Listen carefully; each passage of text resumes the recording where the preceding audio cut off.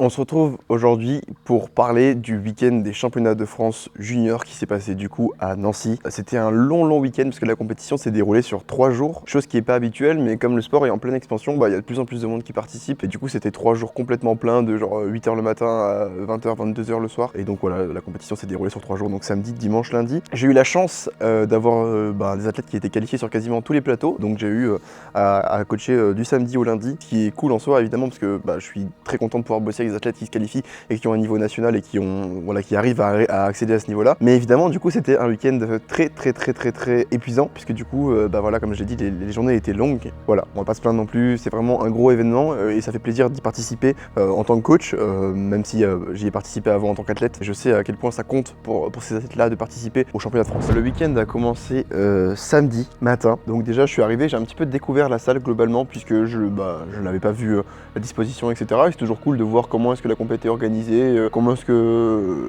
la salle est géographiquement. Donc à l'entrée, il y avait tout ce qui est buvette, restauration, avec les stands de Talent Worker notamment. N'hésitez pas à y aller parce que du coup on sera présent à tous les championnats de France dorénavant. Puis après du coup il y avait toute la salle en elle-même avec la place pour les spectateurs et du coup l'endroit de la compétition avec derrière les backstage pour la salle de chauffe. Donc ce qu'il faut savoir c'est que une compétition de power se déroule d'une manière assez spécifique. Vous avez l'heure de passage quand vous regardez de manière publique, vous avez l'heure de passage par exemple 9h, mais 2 heures avant se passe la pesée, et à partir de la pesée, c'est là où commence un petit peu le match de l'athlète, parce que notamment, ce qu'il faut checker à ce moment-là, c'est le poids de corps de l'athlète que vous suivez, le poids de corps des athlètes qui sont en concurrence avec l'athlète que vous suivez, les numéros de lot, donc le numéro qui est affiché juste à côté de l'athlète sur la feuille de match, l'ordre de passage du coup par rapport au niveau sur les barres, donc notamment si votre athlète est très fort au squat, il passera à la fin, mais s'il est moins fort au bench, il passera au début. Toutes ces variables-là vont vraiment avoir un impact important pour gérer le match de votre athlète et donc pour faire en sorte qu'il puisse sortir avec la meilleure place possible le jour J avec son niveau prédit. C'est-à-dire que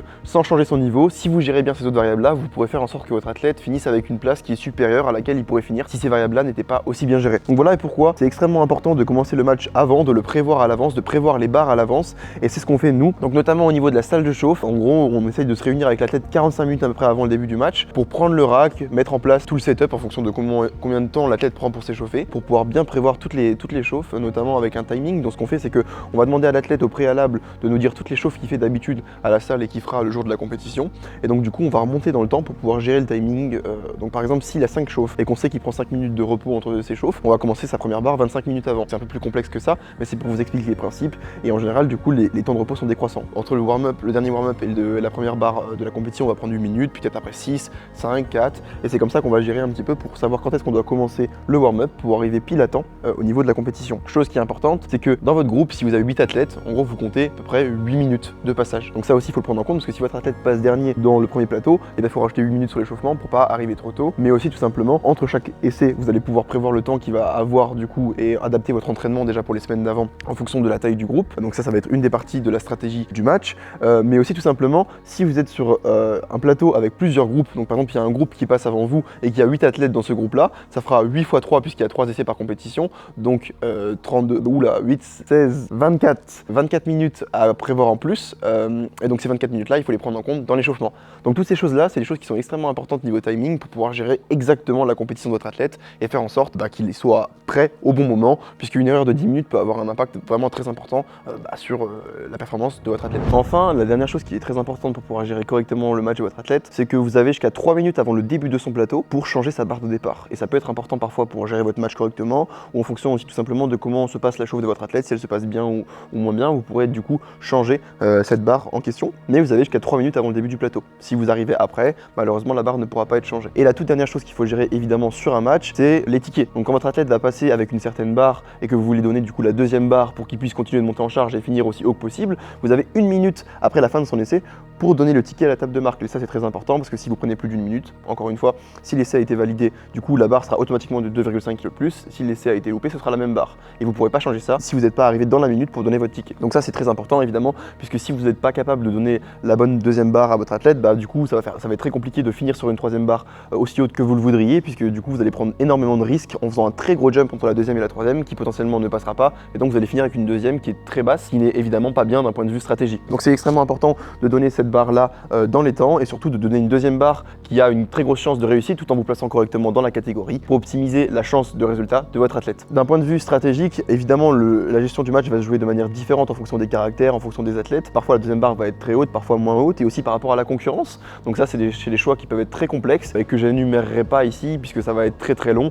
Mais sachez que de manière générale, plus votre athlète va réussir d'essai et plus ça lui garantira un gros total et donc une bonne chance de se placer correctement. Donc le week-end a commencé samedi matin avec Antoine que je coach personnellement en moins de 59. Je m'appelle Antoine Fargeau, j'ai 21 ans, je suis étudiant et je suis en moins de 59 kg junior. Bonne caté ça. Alors ce qu'il faut savoir avec Antoine, c'est que ça fait un petit moment déjà que je bosse avec lui. C'est un gars qui en veut vraiment beaucoup. Donc en vrai j'étais vraiment hype par ce match-là, parce que ça faisait un moment qu'on voulait cette qualification en France. On l'a eu, et en réalité le match est quand même bien passé, honnêtement. Il y a eu une grosse progression sur beaucoup d'aspects, et j'ai hâte de voir ce que ça va donner au fur et à mesure du temps. On va prendre de l'expérience en compétition, parce que je pense qu'Antoine a quand même un bon potentiel. Et de ce côté-là, j'ai été vraiment satisfait de la première performance qu'il a faite au championnat de France. Franchement, pour une première, c'était vraiment pas mal. Et donc je suis très content. On a enchaîné derrière du coup avec Yann en moins de 66. Donc, je m'appelle Yann Puget, j'ai 21 ans et je suis en catégorie moins de 66 kg junior.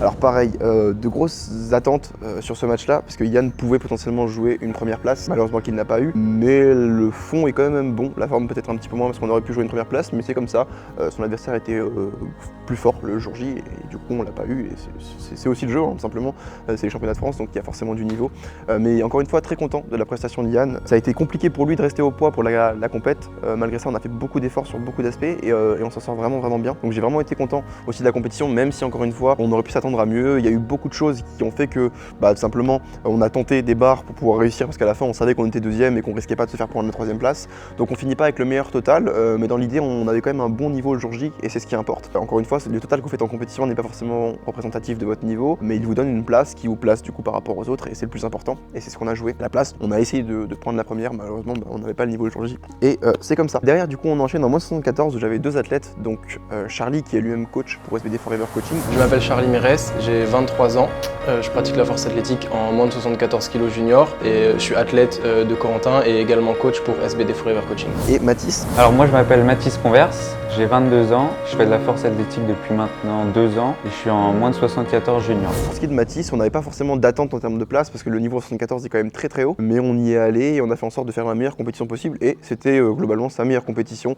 On a réussi à faire un bon mix des trois mouvements, faire en sorte d'être au standard sur le bench qui a été un petit peu compliqué dernièrement pour lui avec la nouvelle mise en place de la règle. Donc on s'en est bien sorti au squat, bien sorti au bench et bien sorti au soulevé de terre, ce qui nous fait un bon total au final, et je pense qu'on peut être satisfait de cette compétition là. On arrive sur Charlie, on va dire que forcément le résultat de la compétition est pas le mieux, ou en tout cas ce qui est attendu. Charlie était quand même vraiment favori pour gagner en moins de 74, malheureusement il a fini deuxième, donc encore une fois c'est comme ça, c'est le jeu, son adversaire était meilleur le jour J, ici à nous d'en sortir, d'en tirer des conclusions pour faire ça au mieux la prochaine fois. On a beaucoup appris je pense de cette compétition, lui aussi, alors certes sur le moment ça l'a beaucoup déçu et je pense que ça lui a mis une claque, mais c'est normal, hein. Quand on a de grosses attentes et qu'on n'arrive pas à nos objectifs, forcément c'est très compliqué d'un point de vue mental, mais je pense que voilà, il en sort grandi, parce que même si c'était compliqué et c'est clairement pas le résultat qu'il voulait, il en a tiré quelque chose, il en a tiré beaucoup de bonnes choses, de choses qu'il peut mettre en place dans son entraînement à l'heure actuelle et sur lesquelles on essaye de bosser là tout de suite pour améliorer ça sur les prochaines compétitions. Là où aussi on va beaucoup travailler, c'est sur la gestion de la compétition, puisqu'en soi le niveau de forme n'était pas mauvais, on était bien, on était fort, on a juste pas réussi à l'exprimer le jour J, et c'est vraiment la gestion de la compétition, la gestion pure du coup de l'approche de la compétition où on peut s'améliorer beaucoup pour avoir des performances qui sont du coup plus proches de ce qu'il vaut réellement en gérant tous ces paramètres techniques et l'exécution en fait vraiment le jour J. Donc voilà, j'ai pas m'attarder là-dessus puisque c'est encore un autre sujet. Ensuite, on enchaîne sur Clara qui passe du coup en moins de 69. Honnêtement, la prépa pour elle était vraiment très compliquée. Elle a eu beaucoup de problèmes. Elle a perdu beaucoup de poids, elle a eu des problèmes de santé très proches de la compétition. Elle s'est bloqué les trapèzes quelques jours avant la compétition. Enfin vraiment, c'était catastrophique par rapport à son niveau et c'est vraiment dommage parce que elle a bien progressé en arrivant à la compétition, mais les quelques dernières semaines ont été très chaotiques pour elle. Mais elle est quand même venue le jour J et elle a fait ce qu'elle a pu faire.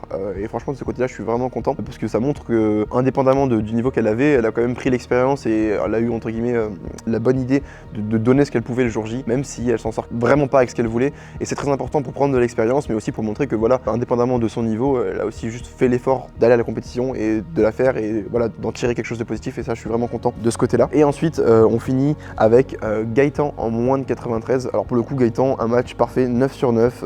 Tout s'est super bien passé pour lui, des pairs partout, il n'y a rien à dire, c'était vraiment la compétition parfaite et c'est une bonne manière de clôturer un petit peu ces championnats de France pour mes athlètes personnels, mais aussi mention spéciale tout simplement aux athlètes de Charlie qui étaient présents sur ce week-end-là, donc Teva, Emma et Mathéo, 3 athlètes qui étaient présents ce week-end-là au championnat de France. Donc voilà, on peut le dire tout simplement parce que se qualifier au championnat de France de nos jours, c'est pas anodin. Le niveau qui est requis pour se qualifier au championnat de France est de plus en plus haut et donc c'est déjà une performance en soi. Ça nous fait du coup un total de 4, 5, 6, 9 athlètes au championnat de France si je dis pas de bêtises, ce qui est vraiment cool. Voilà, on a de plus en plus de monde qui nous représente et de ce côté-là, ça fait grave plaisir. Un gros week-end évidemment parce qu'il y avait du monde, mais évidemment c'est aussi le jeu, comme je l'ai dit, et on peut jamais se plaindre d'avoir trop de monde qui participe au championnat de France puisque c'est un événement qui est très important pour eux et du coup qu'il l'est aussi pour nous. Pour conclure cette vidéo, je suis grave content de pouvoir vous faire un petit peu un contenu différent de ce que je peux faire d'habitude, de parler un petit peu de moi en tant que coach. Évidemment, je me suis entraîné pendant ce week-end, pendant les timings que j'ai eu, je suis allé m'entraîner, j'ai fait 2 SBD, 3 séances et 2 SBD. Je suis toujours un athlète, ne l'oubliez pas, et ça reste ma fonction principale en tout cas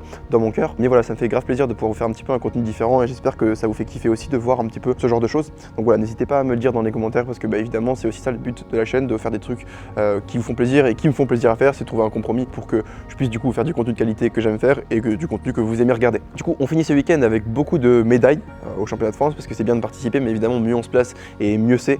Donc en fonction du niveau des athlètes, évidemment parfois c'est pas possible, si l'athlète est jeune et qui fait ses premiers championnats de France, ça peut être compliqué de se classer, mais on finit quand même avec beaucoup de médailles à ces championnats de France et ça fait grave plaisir voilà, de voir que des athlètes que je suis personnellement ou pas d'ailleurs arrivent à se classer de mieux en mieux au championnat de France et du coup atteindre le niveau qu'ils veulent. C'est grave satisfaisant en tant que coach puisque c'est littéralement le principe même du travail qu'on met en place et donc je suis vraiment content de ce côté-là. À chaque événement que je fais de ce genre, je sens vraiment hyper épanoui de voir que ça prend cette forme le jour J et je sais pas, c'est juste une grave bonne ambiance de pouvoir participer à ce genre de choses et de pouvoir partager ces moments avec ces personnes-là qui partagent la même passion que moi. Je suis grave content au global et je suis grave content de pouvoir vous sortir ce genre de contenu aussi. Comme je vous l'ai dit, n'hésitez pas à me dire tout simplement ce que vous en pensez, à liker, partager, aimer la vidéo, ça fait évidemment grave plaisir. Aussi ce week-end, les slippers Silent Worker restock, donc n'hésitez pas à aller checker ça, ça va partir très vite, mais si vous en voulez un, il en reste peut-être encore. Donc voilà, n'hésitez pas à aller checker et on se retrouve très vite pour une prochaine vidéo.